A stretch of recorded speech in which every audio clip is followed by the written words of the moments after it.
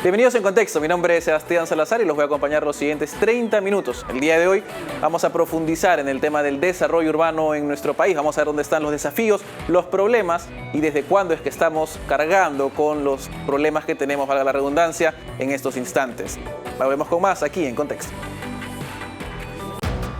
En Contexto llega gracias a Fundación Naumann, Universidad César Vallejo, examen de admisión 21 de marzo.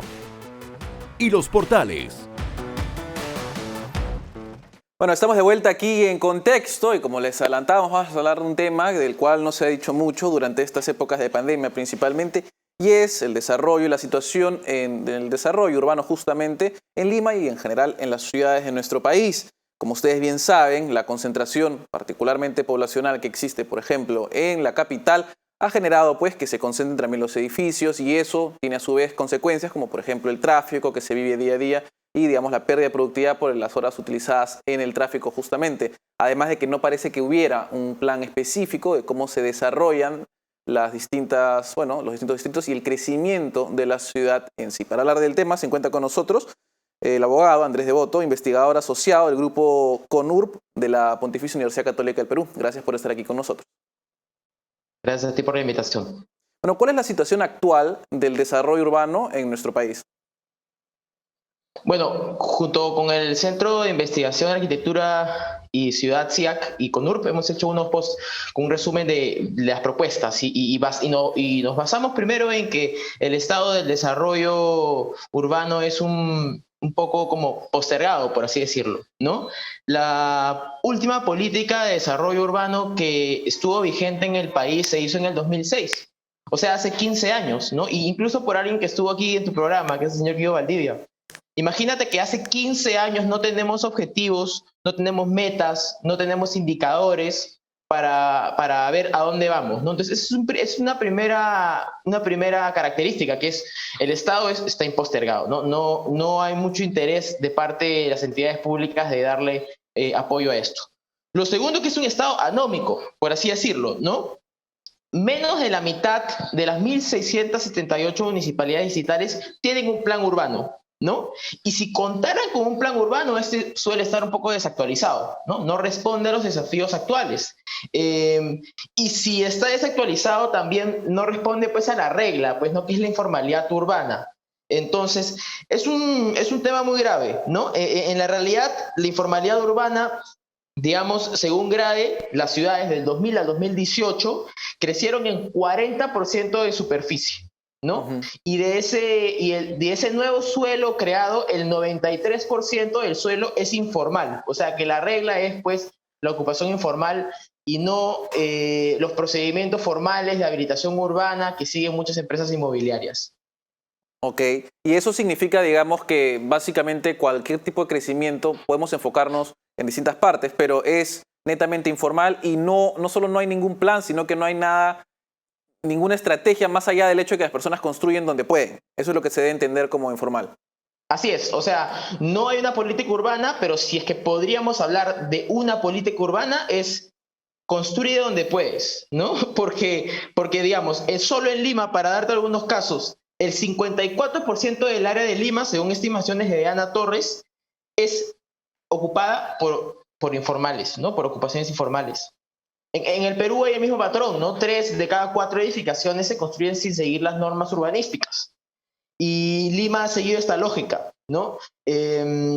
Y esto es muy grave porque, como dijiste tú al inicio, digamos, Lima con una densidad de 101 habitantes por hectárea, es muy complicado proveer servicios de agua, servicios de transporte, por ejemplo.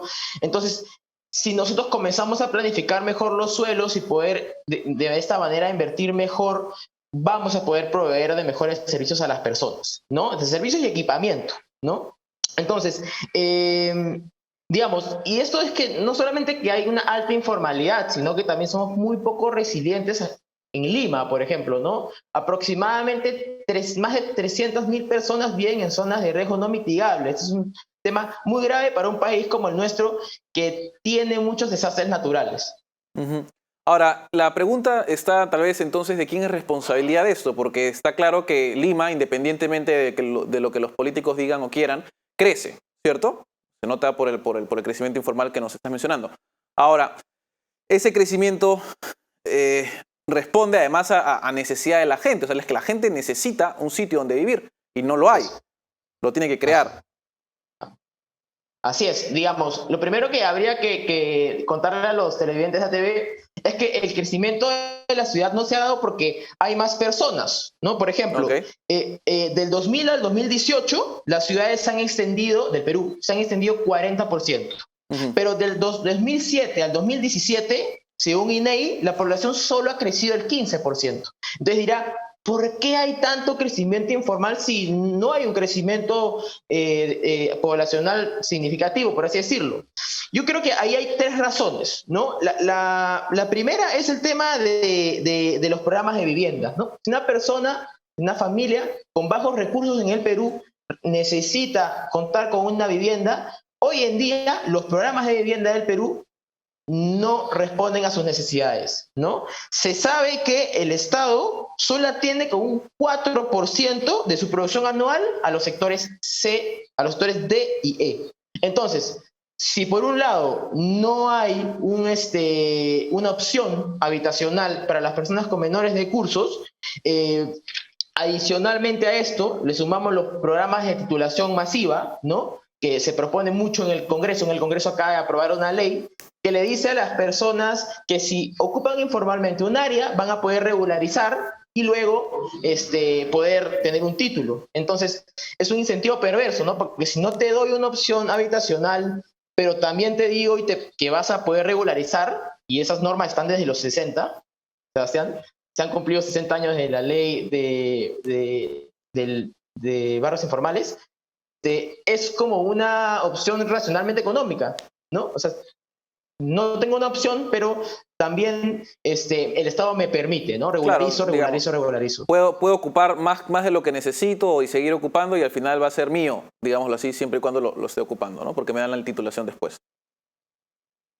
Así es. Entonces, si es que, como tú dices, no hay una política formal, pero también había una política que ha sido básicamente no escrita, pero es titulemos a todo tipo de ocupación sin ver la gestión de riesgos, los equipamientos que ellos tienen, hospitales, transporte, servicios, ¿no? Que al fin y al cabo es lo que hace que un hábitat sea sostenible y adecuado, ¿no? No pensar lote por lote, sino pensar en el barrio en su conjunto.